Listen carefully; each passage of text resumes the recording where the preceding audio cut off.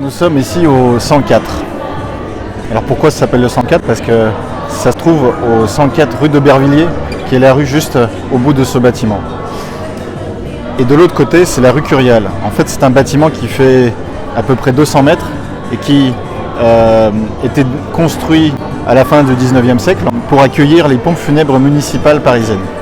C'est-à-dire qu'ici, on fabriquait tout ce qui était nécessaire pour enterrer les gens et on avait les équipements pour aller les chercher, les amener au cimetière et revenir. Donc il y avait des écuries, des garages à calèches, à corbillard, et puis il y avait des usines et des ateliers de fabrication de cercueils, de décoration.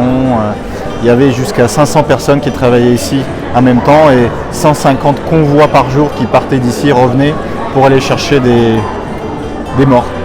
Donc c'était un lieu lié à la mort et comme on l'a appelé plus tard, c'était l'usine à deuil. Puis aujourd'hui, c'est devenu un lieu d'art vivant extrêmement investi par les gens du quartier, mais aussi connu dans le monde entier. Il y a des artistes qui viennent de tous les coins du monde et qui côtoient un public du quartier parisien, français, touristes, etc. C'est à la fois un lieu de quartier, un lieu du monde, un lieu transversal dans ses pratiques artistiques, culturelles, urbaines. C'est un lieu unique. Et j'ai eu la chance de travailler sur le projet de rénovation de ce lieu. J'ai connu ce lieu avant qu'il devienne ce qu'il est aujourd'hui. Et c'est un lieu qui est hautement symbolique pour moi en tant que personne, en tant qu'architecte aussi. Mon apprentissage du métier, je l'ai fait ici, avec ce bâtiment, entre autres, parce que j'ai travaillé sur ce projet pendant plus de 6 ans. En effet, je me suis diplômé en 2003 et assez rapidement, je me suis retrouvé à l'atelier Novembre, dirigé par Jacques Pajot et Marc Ezepi, qui était en train de travailler sur le concours de rénovation de ce lieu. Donc un lieu assez lugubre et triste, magnifique, très cinématographique. Et puis il y avait un programme unique à mettre dedans, un lieu de création artistique, un lieu de vie artistique, d'art vivant. Et j'ai eu la chance donc de faire ce concours à l'atelier Novembre, de suivre l'ensemble des phases de développement du projet et puis faire le chantier. Et le chantier, je l'ai fait ici, sur ces lieux, pendant plus de 2 ans. J'étais dans les baraquements de chantier, on était avec les entreprises et les ingénieurs sur place et tous les jours j'allais sur le chantier voir ce bâtiment se transformer. Et ça, c'était une formidable école pour moi. Puis il y a eu d'autres projets en parallèle à l'atelier Novembre. J'ai fait un voyage en Chine aussi où j'ai travaillé. Donc c'était tout à fait extraordinaire, formateur. Un projet d'envergure où le programme était multiforme, multiple, pluriel. Il y avait à la fois du logement dans cette partie, de l'administration là-bas, des studios de création artistique, un parking en sous-œuvre, etc. Donc c'était très très instructif. Ça, je dirais, à la fin de ce projet, au moment de l'inauguration, lorsque le maire de Paris de l'époque, Delanoë, était venu inaugurer, qui avait une euphorie extraordinaire, qui avait 20 000 personnes dehors en essayant de rentrer dans le bâtiment et nous on était dedans. Je pense que là, je me suis vraiment senti pousser des ailes et je me suis dit, ça y est, je suis architecte. C'est transformer, créer des lieux où les gens vivent ensuite pleinement, créent, imaginent, rêvent, etc. Ça, je dirais, c'est le volet très professionnel. Et il y a aussi une histoire personnelle qui me lie énormément à ce lieu-là.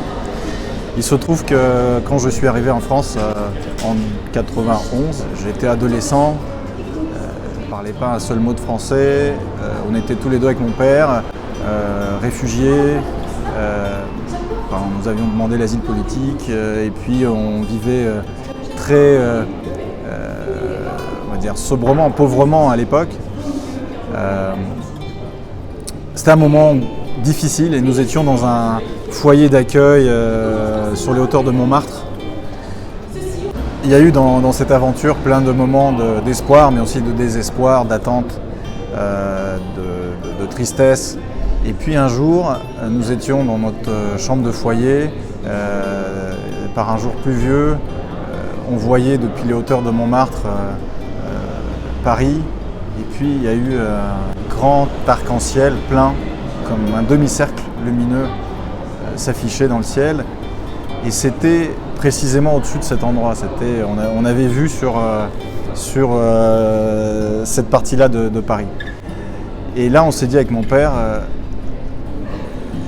on va y arriver, quoi. On va rester en France, on va réussir, on va pouvoir se vivre ici.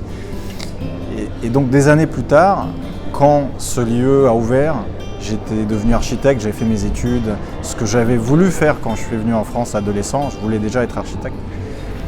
Eh bien, j'ai pu inviter mon père ici, lui offrir un livre sur ce lieu et lui dire bah, regarde, il s'est passé 15 ans et ton fils a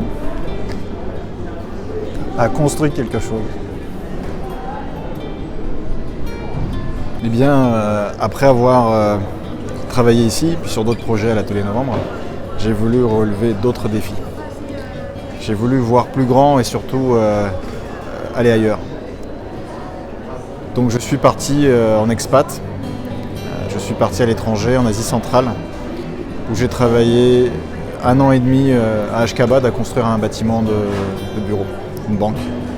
C'était extrêmement dépaysant et à la fois un retour aux sources, puisque le Turkménistan avait des réminiscences du RSS de mes origines.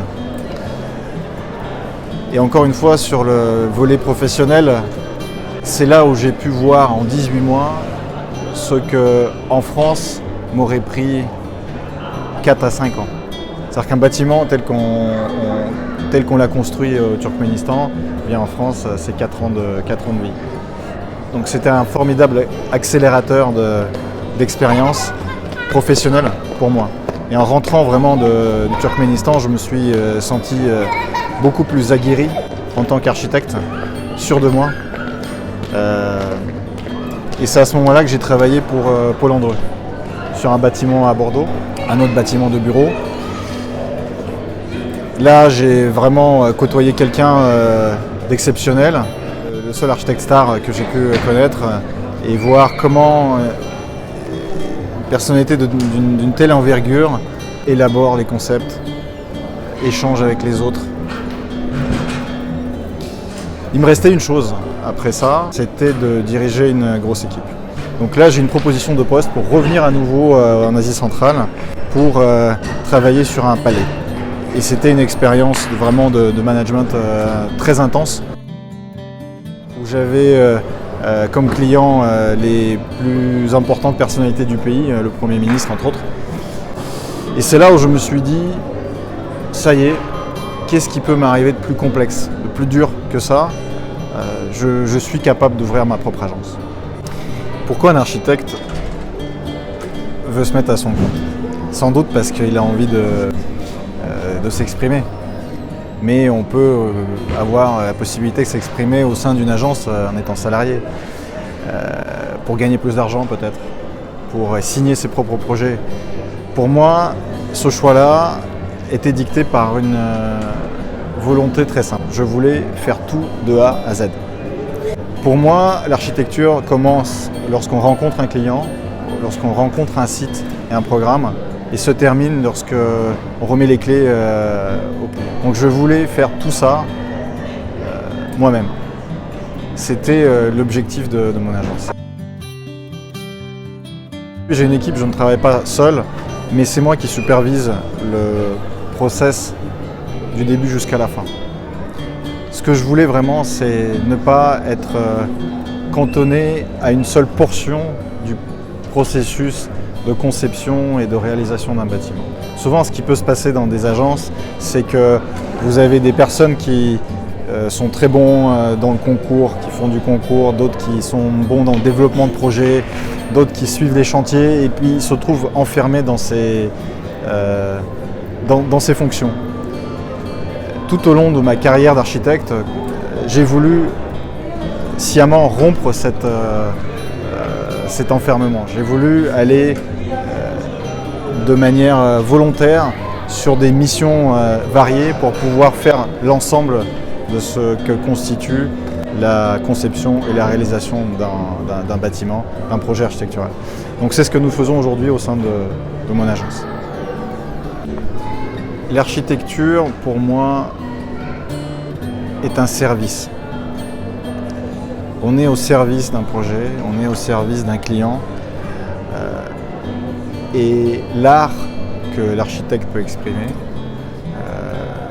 son envie de créativité doit s'inscrire dans cette notion de service. J'en reviens par exemple à ce bâtiment du 104. Ici, je me souviens très bien, j'ai fait venir des personnes de ma famille après l'ouverture des lieux et quelqu'un m'a dit « Mais Dimitri, qu'est-ce que vous avez fait ?» On ne voit pas les transformations. Mais quand on voit comment on vit ce lieu, on ne peut pas dire ça. Quand on sait tout ce qui s'est passé, on ne peut pas dire ça. Et en même temps, c'est un grand compliment parce que ça veut dire que le lieu n'a pas été défiguré. Donc le projet a été au service d'un lieu, au service d'un programme. Aujourd'hui, ça vit. Donc pour moi, c'est un bel exemple de réalisation. Et c'est d'une certaine façon comme ça que je perçois aussi le métier d'architecte. C'est être au service, non pas de ses propres ambitions, mais mettre ses ambitions au service d'un projet, d'un client, d'un programme. Je rêve de pouvoir faire des choses belles qui puissent amener beaucoup d'émotions aux gens qui vont aller dans les lieux que nous allons créer et que nous créons aujourd'hui. Je trouve qu'ici, il y a une émotion. Moi, à chaque fois que je viens ici, j'ai une émotion, peut-être parce que j'ai participé à la création de ce lieu, mais aussi parce qu'il y a un volume, il y a des proportions, il y a une lumière, il y a une histoire. Et quand on crée des nouveaux projets, eh bien, c'est ce que je recherche moi, c'est de créer une histoire et de susciter l'émotion.